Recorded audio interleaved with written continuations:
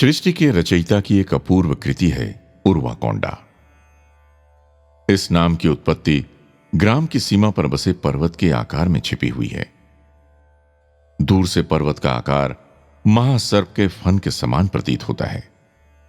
इस नागफन की छाया में बसे ग्राम में ही वहां की जनता अपना जीवन व्यतीत कर रही थी। कौंड शब्द का अर्थ तेलुगु भाषा में पर्वत होता है। उरव ये शब्द उरक का अपभ्रंश रूप है। उर्वाकोंडा अर्थात सर्पों का पर्वत। उर्वाकोंडा का यह सौभाग्य ही था कि सत्या वहां की शाला में दाखिल हुए, क्योंकि सत्या के कारण ही उस ग्राम का नाम अमर होकर पुट्टपर्ती के समान पवित्र हुआ। रत्नाकर शेषम राजू के अपनी शाला के तेलुगु शिक्षक बनकर आने के समाचार से कहीं अधिक उनके भाई सत्यनारायण राजू के आगमन का समाचार ही विद्यार्थियों को अधिक आकर्षित करता था। सत्या की संगीत कला में निपुणता, नाट्य कौशल, काव्य रचना की अद्भुत प्रतिभा आदि गुणों की चर्चा शाला के शिक्षक और विद्यार्थी किया करते। सत्या को सब बातें मालूम हो जाती हैं। भूत भविष्य सबका उसे पता रहता है। इस प्रकार शाला के आसपास खड़े लोग उत्साहपूर्वक चर्चा करते। कोई कहता कि ये सामान्य कपोल कल्पित कथाएं नहीं हैं।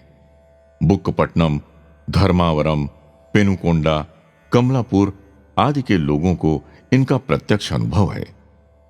तो कभी कोई कहता, सत्या जब नन्हा सा बच्चा था तभी से अपने खाली हाथों से ही फल फूल मिठाई आदि पदार्थों का सृजन कर वो अपने साथियों में बांटता था। ये बातें सुनकर सभी आश्चर्यचकित रह जाते और उनके मुख से अचंभे का शब्द निकलता, अच्छा। तेलुगु विद्वान श्री शेषम राजू के ग्राम में पधारते ही लोगों ने उन पर प्रश्नों की झड़ी लगा दी। क्या यह सत्य है? बुक्कपट्टनम की शाला में जब सत्या को बेंच पर खड़ा किया गया तब क्या हुआ? किसी से भी ना हो सके ऐसा असाध्य नृत्य उसने कर दिखाया। क्या यह भी सच है? क्या सत्या ने मेढक को चिड़िया बना दिया था?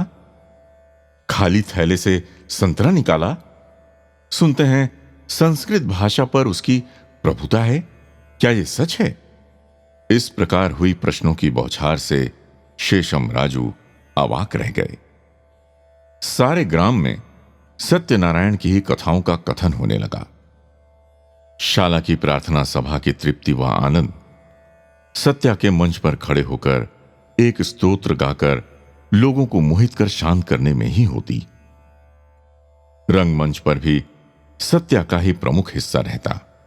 कबड्डी, बोरी दौड़ आदि की प्रतियोगिता में सत्या से कोई न जीत पाता। बोरी दौड़ में सत्या अन्य छात्रों के समान दोनों कोनों पे पैर रखकर नहीं दौड़ते थे, बल्कि मेढक के समान द्रुत गति से फुदकते हुए आगे बढ़ते थे। शाला के स्काउट दल के सत्या ही आदर्श स्काउट थे।